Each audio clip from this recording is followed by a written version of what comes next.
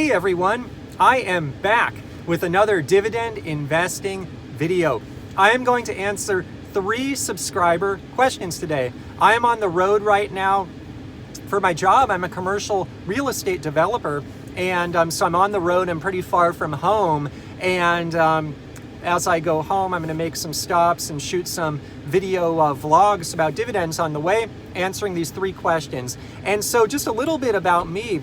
I'm a commercial real estate developer. A lot of you guys wonder, what do I do when I'm not here talking about dividends? I'm actually building commercial real estate, developing, investing in those types of properties. And one of my 2019 goals was acquiring another property that I could get entitled and develop, and it looks like that goal is now coming to fruition. I have a property in escrow, and so I'm excited about that. I don't discuss that too much here on YouTube because I like to keep my job and my YouTube channel separate, but I did want to give you guys some context around my life because I've gotten a lot of questions about that. And so I'm on the road, I'm going to be driving home. I just want to ask you to ride with me today like Nelly, and we're going to go through these questions today. All 3 questions are related, and let's get started.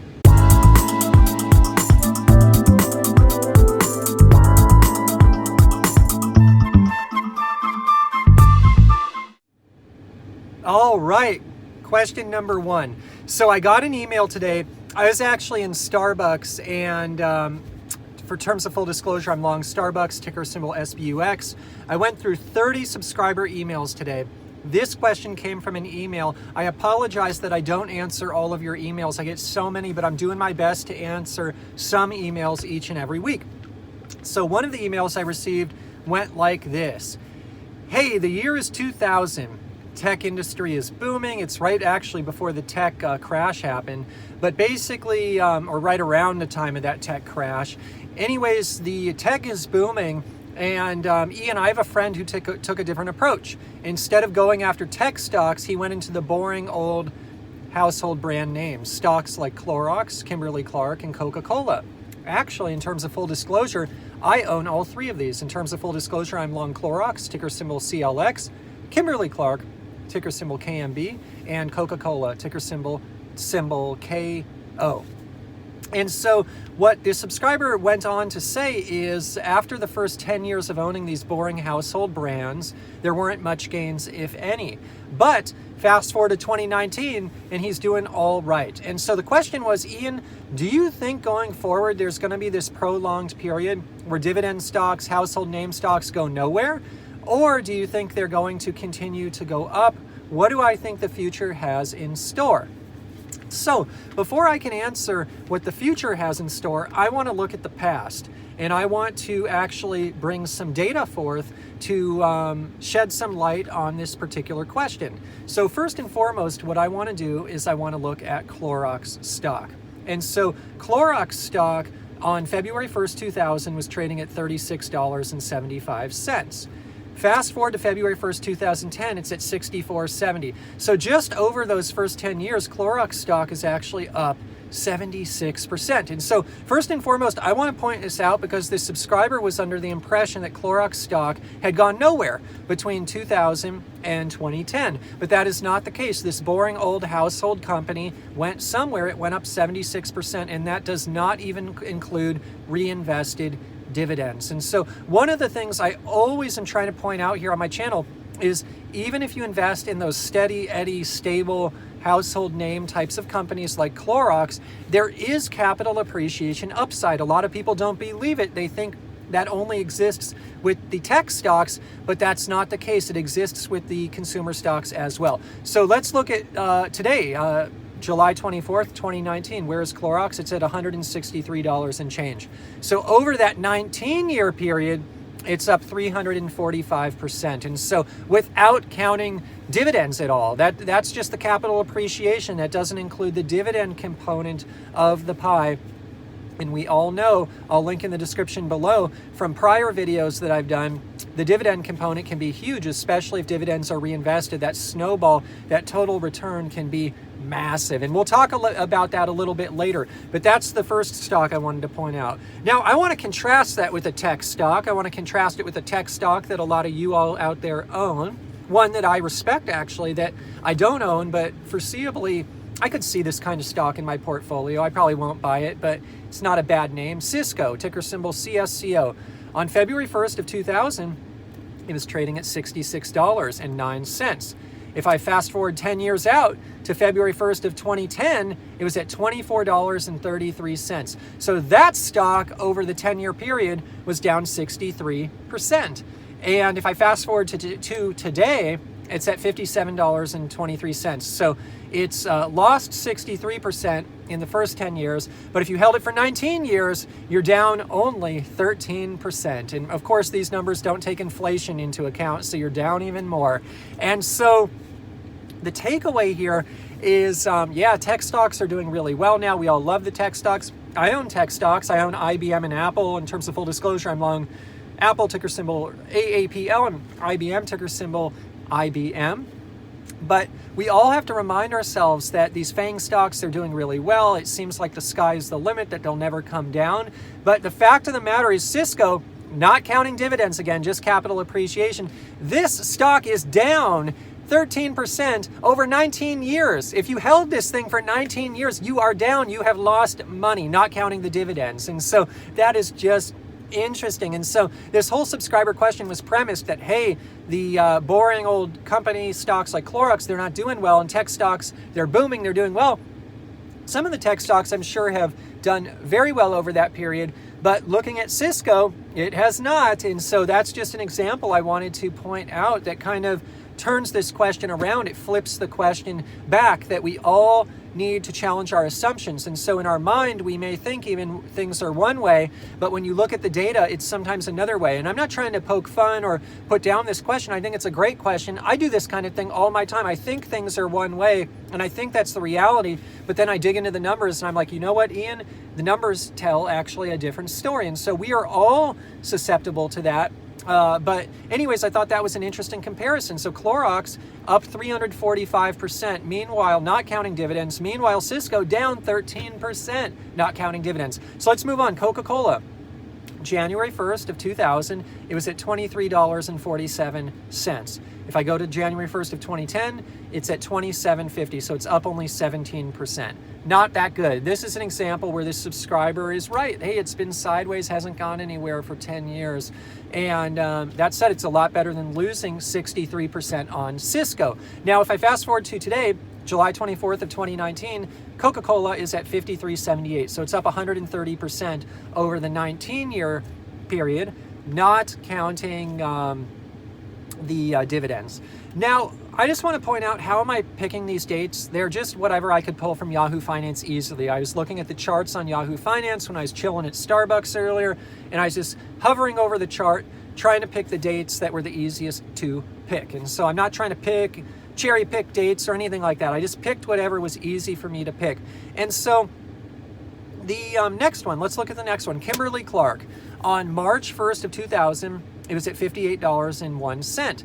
On March 1st of 2010, it was at $58.20. And so that's a prime example where the subscriber is like, hey, yeah, 10 years it went nowhere, but it did certainly produce dividends, and it certainly produced a growing stream of dividends, and reinvesting that growing stream of dividends can compound still quite nicely, even in an environment of sideways stock action. But it is true, it's a good point. And again, it's still better to break even on capital appreciation than to lose 63% like with Cisco. But over the 19-year period, if I look at today versus 2000, it's at 134.65. So we're up 132% over 19 years. Again, which is a lot better than losing 13% on Cisco. And so overall, the message I'm trying to point here is that these boring old consumer stocks, these ones I love, these ones that I own, they can do very well over long periods of time. And yeah, during the 10-year period, Coca-Cola and Kimberly-Clark, they were kind of lackluster, just in terms of total returns, but Clorox was not. But mind you, during these 10 years, we had a crash. We had a great recession. We had a horrible stock market crash in the 2008 and 9 era. And so the fact of the matter is, look, Kimberly-Clark broke even from 2000 to 2010, but that includes that horrible crash. And so I would say the takeaway, and with Coca-Cola, it's only up 17% during those 10 years. What I would take away from this is If you are a long-term value-oriented investor like myself, a dividend investor, even in the event of a horrible, horrible crash, Great Recession was tough, guys, you can do all right if the period at which you're looking at which you're investing is long enough. And so that's why, for me, I like to invest forever. To me, anything less than like 10 years, kind of short term. Less than 5 years, real short term. And that's one of the reasons I look at it that way. Time is the great kind of savior when it comes to investing. Time is powerful. Time allows the compounding to happen. Time allows companies to turn things around. Time just lets an economy to right itself when it is going the wrong way, like it was during the Great Recession. But I'm not looking here, I don't think it's the right way to look at here is just, hey, Coca-Cola, for example, went up only 17% during 10 years. I look at it more from the standpoint of, hey, this stock during a 10-year period that included the Great Recession, which was horrible, it managed to increase capital appreciation by 17% while paying a dividend, an increasing stream of dividends, and setting itself up for future success. I would say that is pretty good, and that's pretty good during a very challenging decade. And so that's question one. And so the question becomes now, what do I think's in store for the next 10 years? Is it going to be like 2010 to 2019, or is it going to be like 2000 to 2010?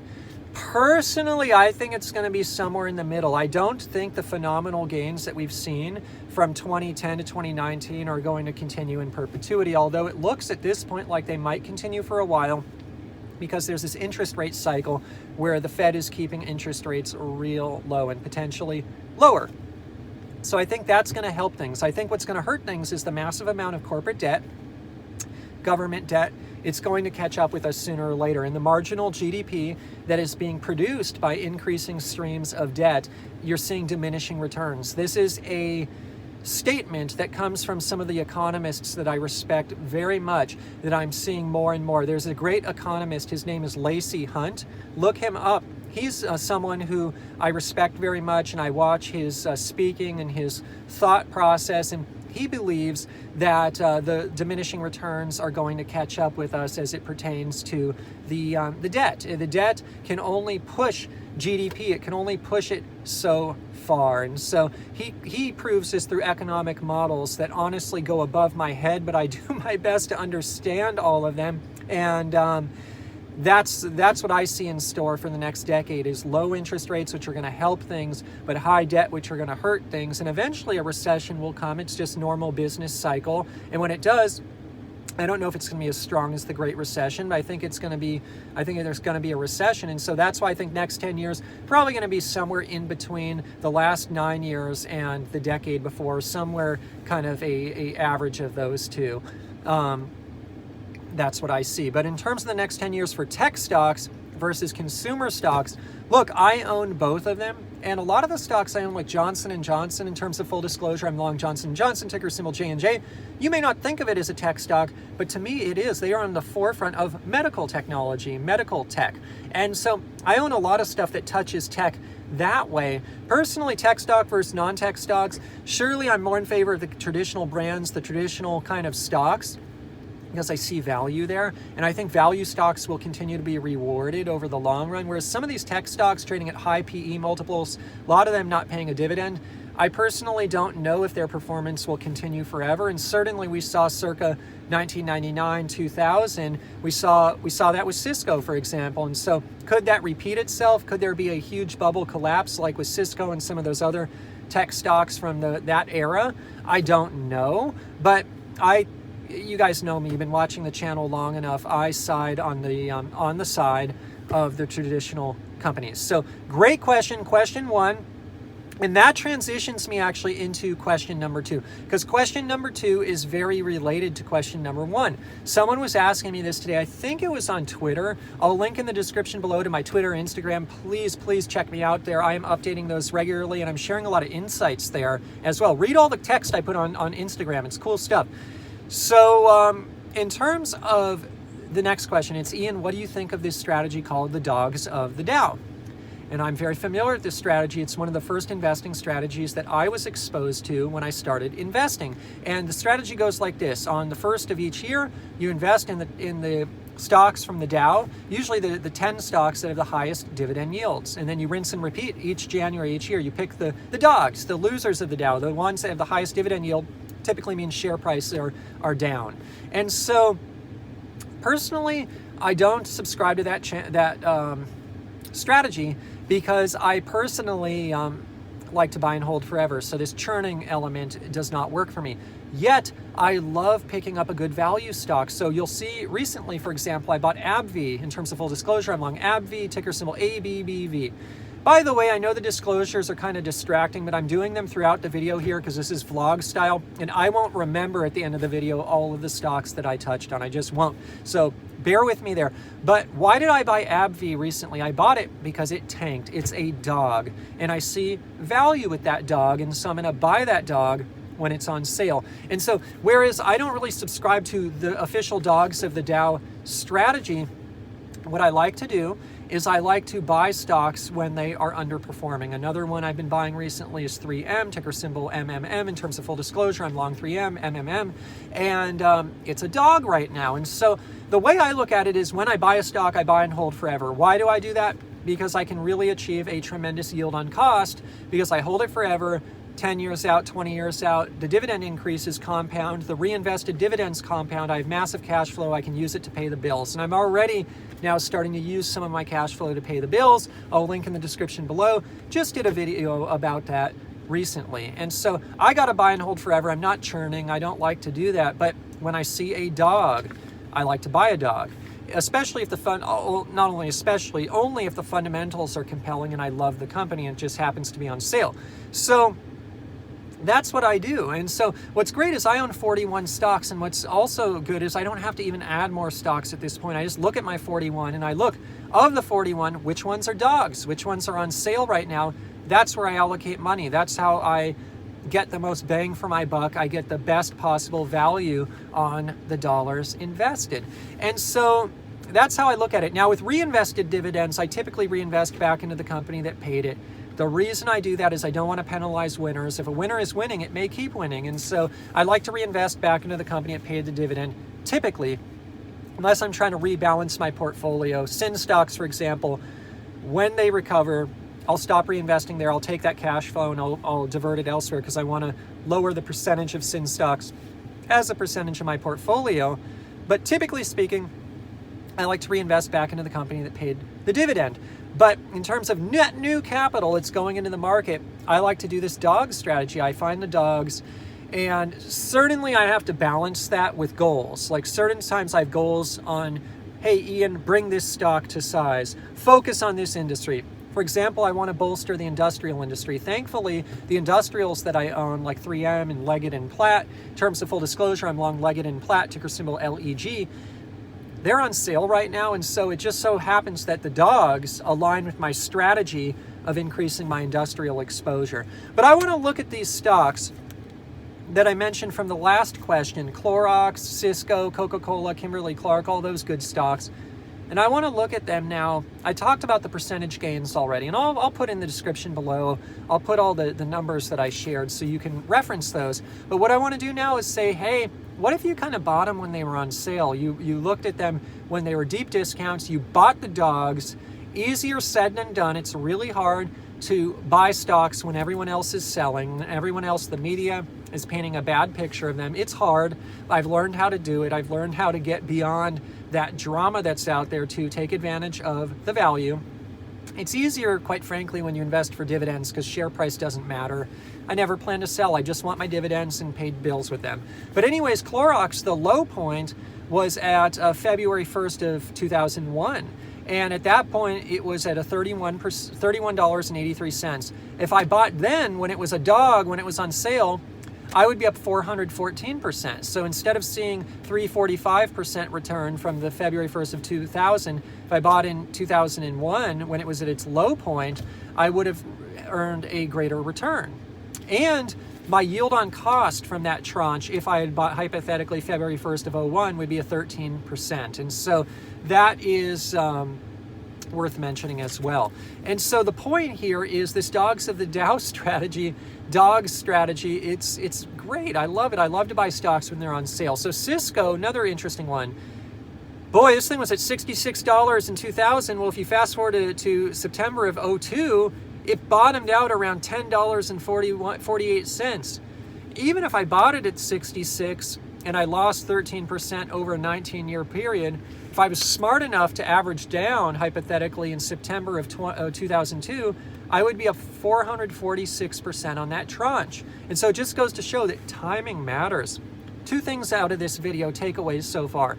Time really matters. Just time in the market, it can be a great saving grace, even when someone invests during the decade of the Great Recession. Number two, though, is not only does time in the market matter, but timing in the market matters, because if you can buy when something is a dog, your returns just skyrocket. Coca-Cola, the low was in July of 2004. So if I bought then, instead of 2000, I could have gotten in at $20.02, which would have yielded me 169% capital appreciation, not counting dividends, and got me an 8% yield on cost from that tranche. So a lot better than the 130% gain that I discussed before. Again, 169% versus 130. The only difference is buying it when there's panic, when everyone else is selling. It's not always easy to do that, just to wait around and time the absolute bottom. But what I like to do is I average in over time.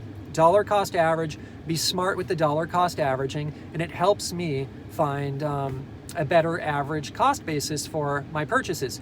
So let's look at Kimberly-Clark. If I bought that one in 2002, December of 2002, I could have gotten in at $43.94. That would have given me 206% return on that tranche versus the example before for Kimberly-Clark. If I look at 2000 versus 2019, I'm only up 132. 206% versus 132, that is significantly better. And that Kimberly-Clark tranche at the bottom, at the low point, would have been yielding 9% yield on cost right now. And so the point here, again, is regardless of which of these stocks, I think all four are good names. I don't own Cisco, I own the other three, but I personally think all four are great companies.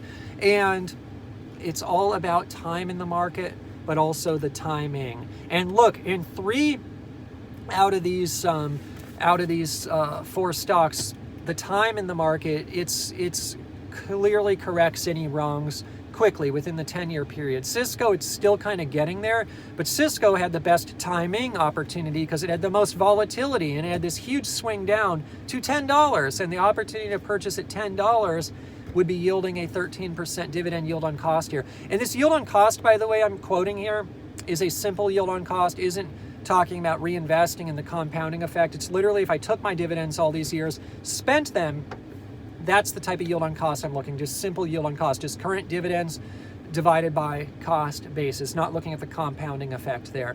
And so I really like this question on dogs of the Dow, and I like the question before on the whole tech stocks versus tech stocks during the tech boom versus traditional stocks. And so I'm going to head on the road here. I got to start driving a bit. By the way, speaking about Nelly, is there anyone out there from St. Louis? Please comment in the comments below. Would love to hear.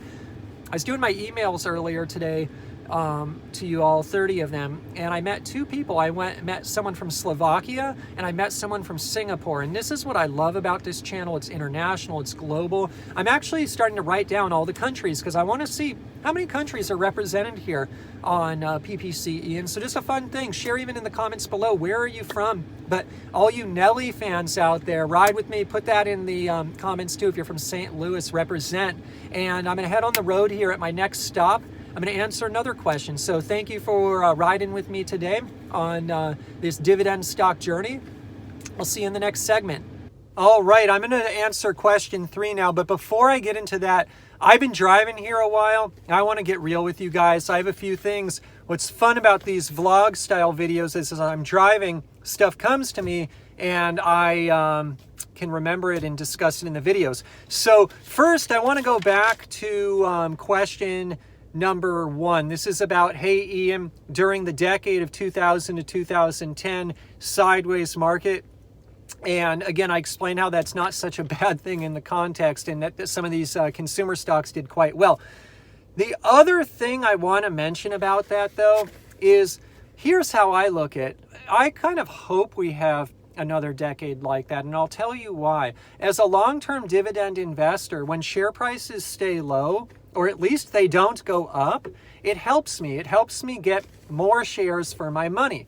When share prices are low, they're not going up, maybe they're even going down, my money buys me more dividends. It buys me a higher starting yield, which gets me to my goal of living off of dividends quicker. And so that's why I like it when there's this sideways action. And I don't care if it's a year, it doesn't matter, or 10 years or 5 years or whatever. The longer the better, quite frankly. And that's the difference in terms of a long-term mentality, a buy and hold forever mentality, versus some of this buy low, sell high trading mentality. I'm not trying to put down traders. I'm not trying to put down people who look at it differently. There are different ways to make money in the market. But again, for me, I'm in this forever, and I'm in it for the cash flow. I like the capital appreciation, but I'm in it forever for the cash flow. And so again, if we, who knows what the next decade holds, but if it does hold kind of going nowhere, or it holds like a 2000 to 2010 type of decade where there's a huge correction and then a rebound, because I average in all the time, I'm buying several times a month now, different stocks, it's going to help me optimize my share price and get more yield, because I'm going to have a lower share price, higher starting yield. So anyways, just wanted to throw that in the mix as it pertains to that question. I also want to throw into the mix on that question. You're wondering, Ian, well, how did all this compare to the S&P? Honestly, I didn't research that before this video, been in the car, not able to research it. I'm not that big of a benchmarker against the S&P. I did in the description below, I'll link to a video where I benchmark my personal portfolio, and the way I did the methodology, I'm slightly beating the S&P. But honestly, I just don't benchmark against the S&P. I don't think it's the best benchmark. Honestly, it's just kind of irrelevant to me. I'm trying to live off of cash flow. I can't live off of capital gains. I can't live off of total returns. I live off of dividends, and that's where my heart's at. That's what I got to do to pay my bills and to automate all of my income, true passive income, to live. So just throwing in some tidbits there. Before I get to question 3, I want to throw in a few more things. I hope the phone doesn't die here in the car. Low battery, but let's just keep going. So one other thing, I sometimes monitor the discussions out there in the YouTube space, both obviously on my channel. I try to respond to all the comments, but on other channels too. And there was a comment that came up recently, a topic that came up that I got to clarify. And so I talk about SIN stocks a lot. They represent about 20% of my passive income in terms of the raw dividends coming in. In terms of capital allocated to SIN stocks, it's a lot less. If you haven't downloaded my portfolio, check out the description. I'll link to that video where you can download my portfolio, see all these stats. And someone was mentioning, hey, these SIN stocks look risky because the payout ratio is high. The payout ratio, by the way, is when you take dividends and you divide that by earnings per share. And it gives you the payout ratio, how much of earnings are being spent or distributed as dividends. Typically, I like companies that have conservative payout ratios because it leaves margin for error and it leaves room to grow the dividend. But payout ratios are really different by industry too. Certain industries like utilities tend to have high payout ratios because there's not a lot of innovation happening at those companies. They're pretty predictable. They can afford to do that. Certain industries like technology have lower payout ratios because they like to retain their earnings to reinvest into the business, to grow the business, and quite frankly, to fend off competition, because technologies always change. Always changing. That's one of the reasons I actually don't like technology, is they have to innovate to stay in business. Whereas certain businesses I own, like Realty Income, in terms of full disclosure, I'm long Realty Income, ticker symbol O. They got the real estate locked up. There's not a lot of innovation. They just collect that money, those checks. But SIN stocks, I just want to clarify, one of the reasons the payout ratios are high in that industry is that's an industry historically that has faced a lot of litigation. Landmark litigation, huge settlements. Long story short, these companies are on the radar. They're on the radar of litigators. They're on the radar of governments. Everyone tries to come after them and take their money, take my money because I'm a shareholder, your money if you own these stocks. The reason the payout ratios are so high is these companies don't want to have the cash sitting around. If that cash is sitting around, someone's going to try to come after them and take their money. That's how the the people who are opposed to these companies view those companies. And so that's just a tidbit of knowledge, at least from my perspective, my humble opinion. Look, I respect all viewpoints out there, and maybe I'm wrong, but I do believe some of the discussion as it pertains to payout ratios and sin stocks, I wanted to add that to the mix. Look, I love YouTube. I love all the channels. But anyways, I got to throw that tidbit in there because I think some of that discussion is off. Again, payout ratios, they are high. They are doing that intentionally. I'm yielding 20% on cost on my first tranche of Altria. In terms of full disclosure, I'm long Altria, ticker symbol MO, and that's without even counting reinvested dividends. Simple yield on cost, done really well on that one.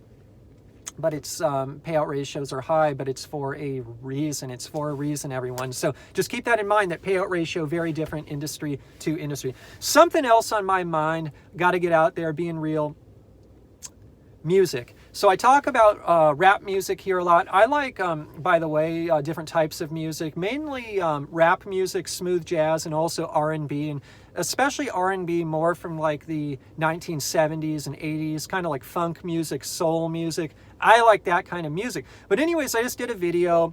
I quoted or mentioned a track, a rap track, and this was one more like kind of like hardcore gangsta rap. I listened to that too. I'm one of those guys that's bumping in the car. I get to the stoplight, I turn it down, just like that movie Office Space. And but anyways, I quoted one of those songs, and someone put a comment here that honestly I deleted. This is my house, YouTube here. I love the comments, and I take all comments here. I don't delete too many comments. But I do if something really bothers me, or I feel like someone's disrespecting my house a little bit, or others who are in my house. When you're in my house, I like people to remove their shoes and respect the space, respect the house. People have different opinions than me, opposing opinions. I love that. I welcome that. That's what it's all about. This is dividend investing for everyone. I don't have all the answers, and that's one of the reasons I love this channel, is we all debate.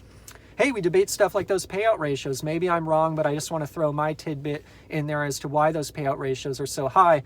But anyways, someone was commenting like that, Ian, why do you support this music? This music is music of criminals and this and that. And they had some kind of nasty things to say about a certain geographical area in our country and people who are affiliated with this type of music. And they're saying, why do you support this? Here's the deal. This is dividend investing for everyone. I don't care what color you are. I don't care what gender you are. I don't care where you are from. I don't care how much money you have. I don't care about any of that. And hopefully most of you out there feel the same way. Great things, great music, great ideas, great investors, they can come from anywhere. And there's this logical fallacy that so many people have that if you're a certain color, you have a certain amount of money. I hear this so much where I live in the expensive Bay Area. People feel if you're rich, you got to be a good person. You got to be a great person. And if you're poor, or maybe you're into a certain type of music, or maybe you produce or you are a rapper, you're a certain way.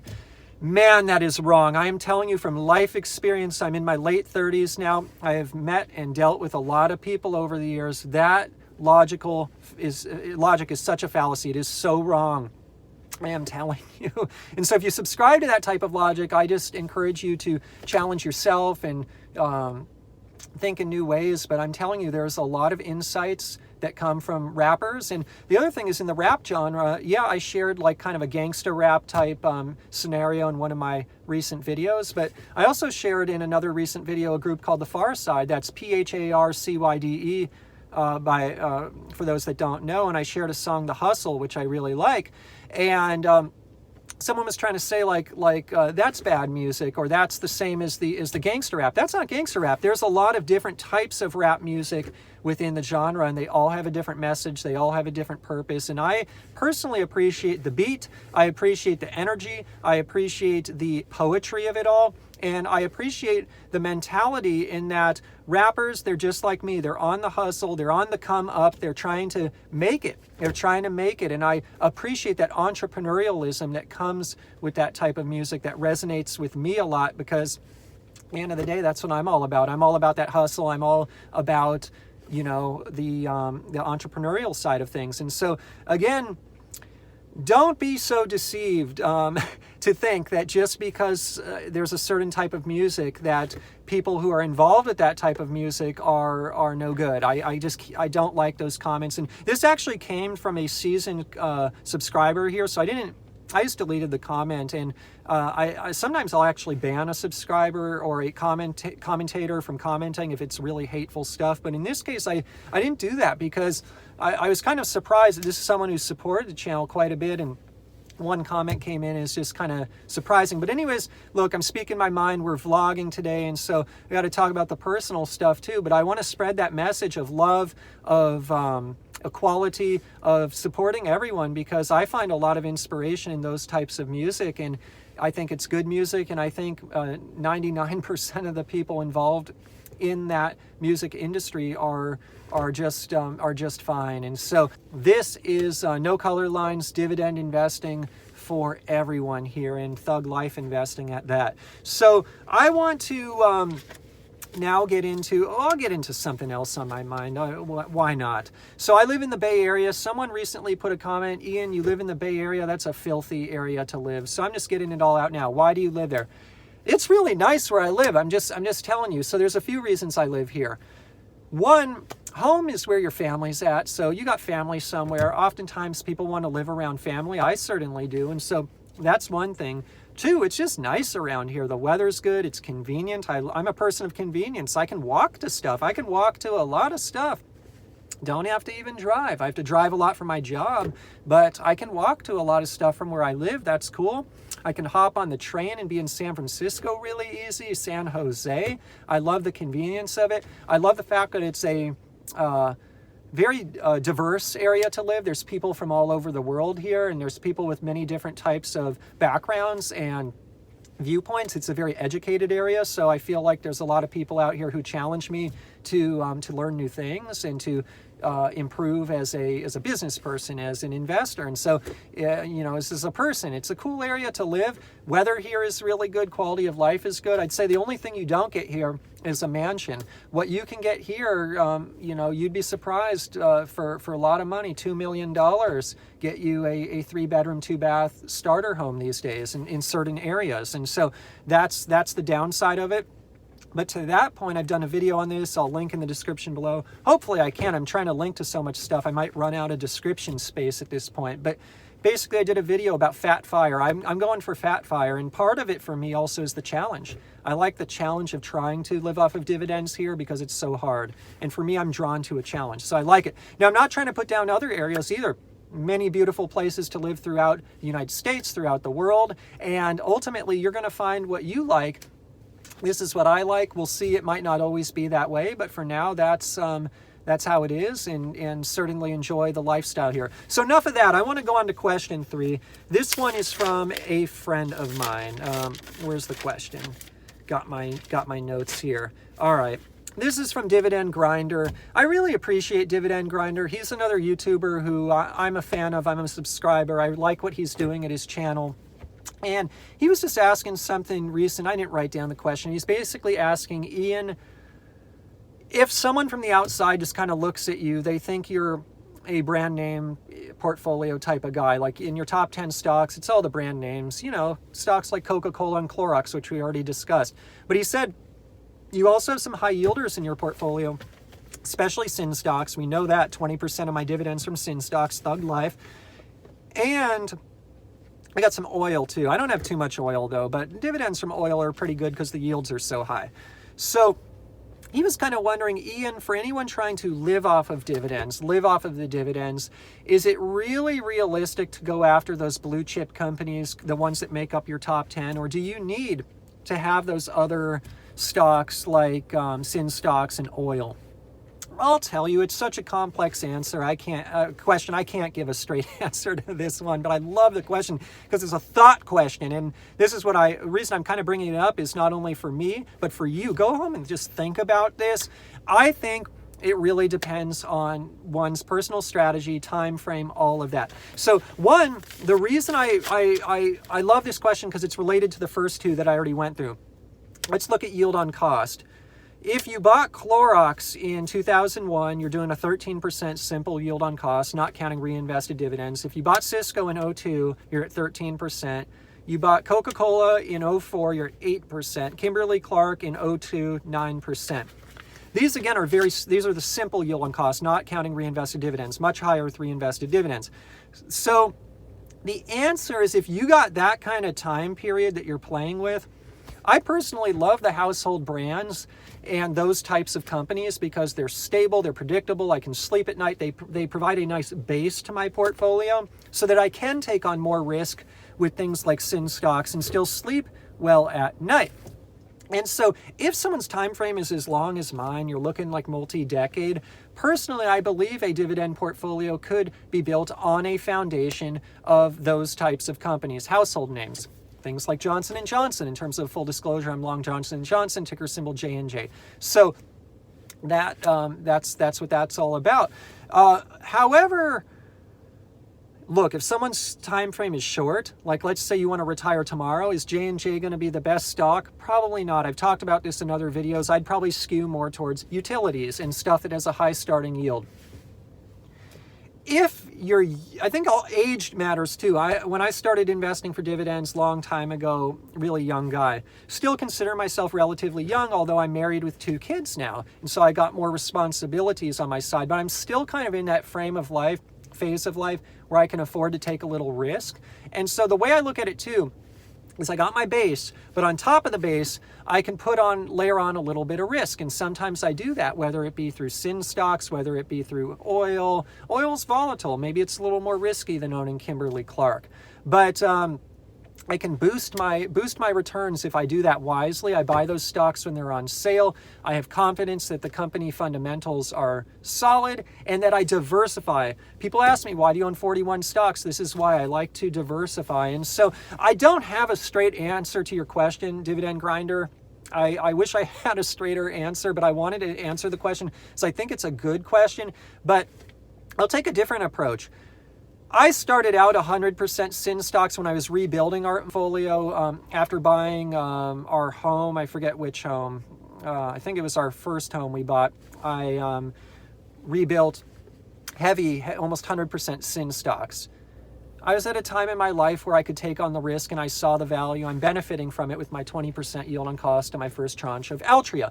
But I guess what I'm trying to say is I don't think people, have to go that route. That was a very risky route that I took. I think everyone's situation is going to be completely different.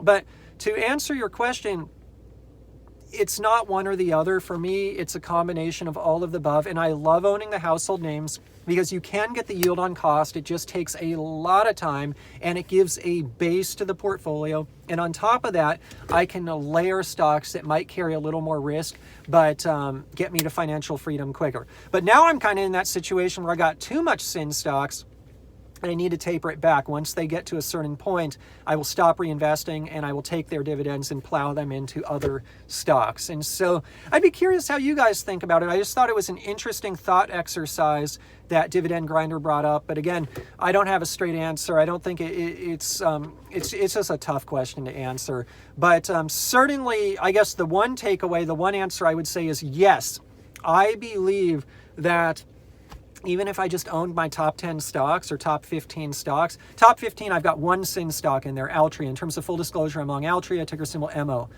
Top 10, I have no sin stocks.